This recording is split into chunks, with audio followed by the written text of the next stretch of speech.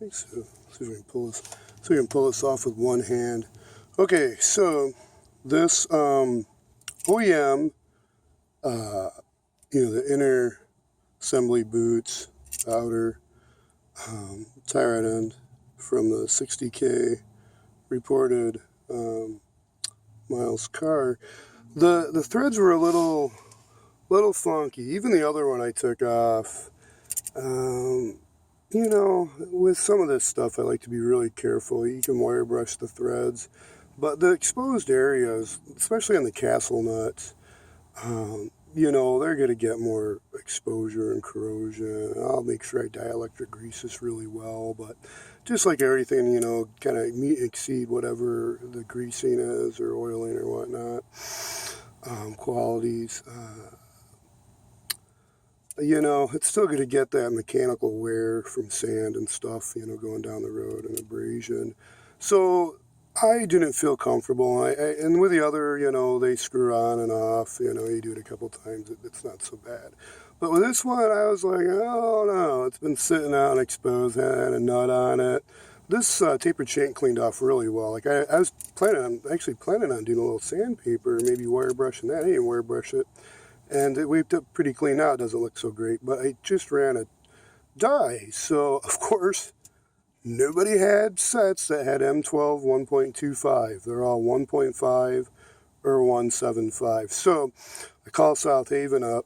I run up there, and, they actually, before I went up there, they said they had the die.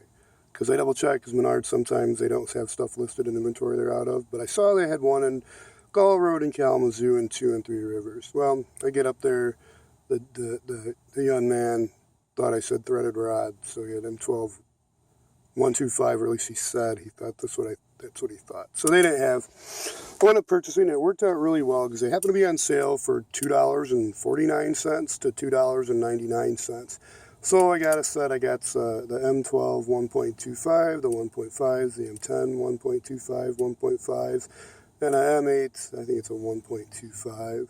So now I've got some metric dies, which I didn't have any metric dies. So, that'll work, I think, possibly for the optical physics workbench also, accessories. But tangent, kind of scope back to this. I'm already at 2 minutes and 40 seconds. So I ran the die all the way down, up and down, just to make sure the threads were chased. They cleaned up really nice, which is great. And I even was surprised how the other one, with the nut going on and off easy, the original that was on here, literally 249,000 miles. It's just insane how long these parts last. Just amazing. Good, not insanely bad. But okay, so I'm running on 3 minutes now, and I'm thinking now I just basically want to clean this off. I figured I'd document. Ran the die, chased threads. I now have to really thoroughly be careful to clean out all the metal shavings and whatnot. I'll probably get some carb clean it down, then re-grease it again. And then this is going to be ready to be installed and torqued to spec. Get the wheel on, torqued to spec, and we're good to go. I'm not getting critical with the lining. I probably should get a little more, but I just don't have the ability here with the car so much. So I'm going to take it in and get it aligned. But that was really the main driver. I want to note that so that I'll add a video, or excuse me, I'll add a image of the salvage yard, knuckle, wheel bearing, shield, lower ball joint, outer tie rod assembly I picked up. That the nut was seized, and I had to cut that off. I couldn't figure out other than maybe make a tool, and I didn't do that to secure this shaft so when it spin, and with the nut pretty much all the way on and on the knuckle, So it's just another one as I'm being a little more careful, because for alignment you need to remove this outer ball joint.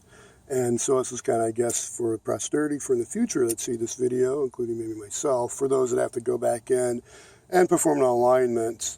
This nut coming off will save you $50 or so from having to buy a whole new part where you have to cut that off. And I've also seen this online, actually. I haven't seen this one seized, but online the gentleman has a video on a Gen 3 where the nut seized. So I put a little, deep creep on there, and then I grease and everything, just greasing everything really good. So that's, you know, that's going to have to be loosened for the alignment also. So just things to think about in the future, and really in general, oiling and greasing your undercarriage. Like whoever came up with the idea of cleaning, like the one guy I know that owns, his wife owns you know, she's an attorney. So they probably want to get money any way they can out of you, because you wash the things, you're gonna corrode the vehicle more. So ideally you want to go in and get it greased, you know, maybe waxed, I guess, for, you know, on the underside and the, you know, anywhere where there's metal. So on 5 minutes and 30 seconds, I'm going to call it good, and I just want to document that for the video series.